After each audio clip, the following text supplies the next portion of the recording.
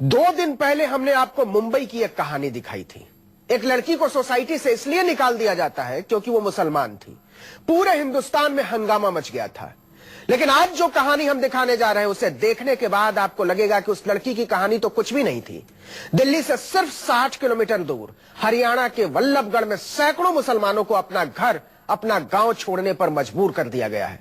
उनके घर जला दिए गए हैं, उनकी दुकानें लूट ली गई हैं और सरकार चुपचाप ये तमाशा देख रही है। अब 150 से ज्यादा मुसलमान परिवार डर के मारे वल्लभगढ़ थाने में पड़े हुए हैं।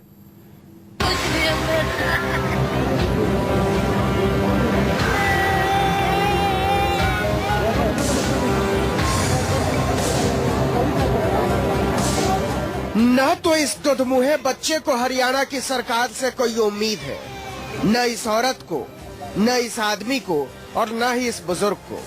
मनोहर लाल खट्टर की सरकार को वल्लभगढ़ के अटाली गांव के कोई 150 मुसलमान परिवारों की घर निकासी से कोई मतलब नहीं। दहशत ऐसी है कि एक भी आदमी घर जाने को तैयार नहीं है। थाने में बैठे हैं, पुलिस ये यकीन दिलाने को तैयार नहीं है कि आप महफूज हैं। जब हमारी मांग पूरी होगी तो देखो चले भी जाने कुछ भी सरकार ने कोई कार्रवाई नहीं किया, नहीं कोई पुलिस ने पकड़ा था, नहीं कोई सुविधा करी है, नहीं कोई जाने आने की उम्मीद है हमें को। पूरे 1 हफ्ते हो गए जब उपद्रवियों ने अटाली में मुसलमानों के घरों में आग लगा दी थी। पूरे 20 घर कई दिन तक धू कर जलते रहे। खट्टर की पुलिस ने सब कुछ बहुत खामोशी से होने दिया था। इंसाफ चाहिए हमें। घर नहीं गए? अभी नहीं गए, हम जब जाएंगे जब इंसाफ मिल जाएगा। आप चाहिए जैसे थे हम वैसे होने चाहिए। हमारी गाड़ी फूंक दी, ट्रैक्टर फूंक दिए। इनकी हिम्मत नहीं कि गांव लौटकर देख लें घर का हाल। कहते हैं अभी तो सड़क पर हैं, लौटेंगे तो मारे जाएंगे। सोमवार से ही वल्लभगढ़ थाने में बैठे हैं।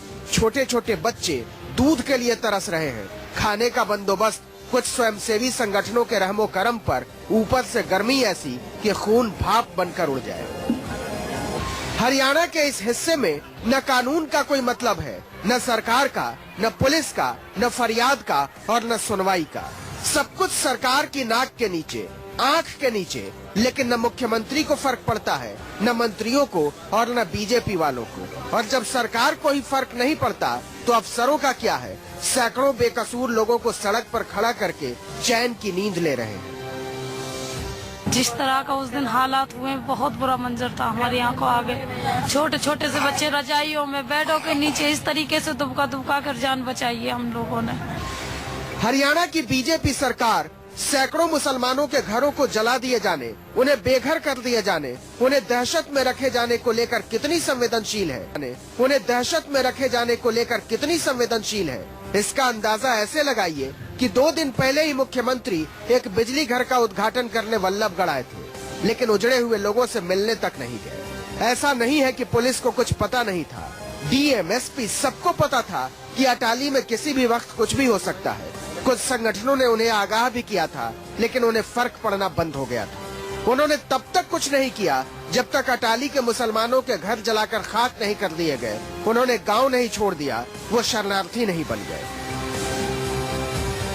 15 लड़का है जो घर में आए थे मारने के लिए। फिर हाथ जोड़े, पैर पकड़े, उसने ना मानी। फिर उन्हें डंडा बरसा दिए मेरे पास। कानों के कुंडल ले लिए, 60,000 रुपये ले लिए।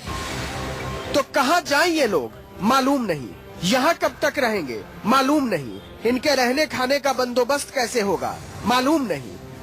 मालूम है तो सिर्फ इतना कि एक पूर्ण बहुमत की सरकार ने सैकड़ों अल्पसंख्यकों से सम्मान के साथ जीने का हक छीन लिया है। इनमें से हर एक का चेहरा इस देश की आजादी पर सवाल खड़े कर रहा है। अगर हम भी उतने ही आजाद हैं, तो हम अपने घर क्यों नहीं जा सकते?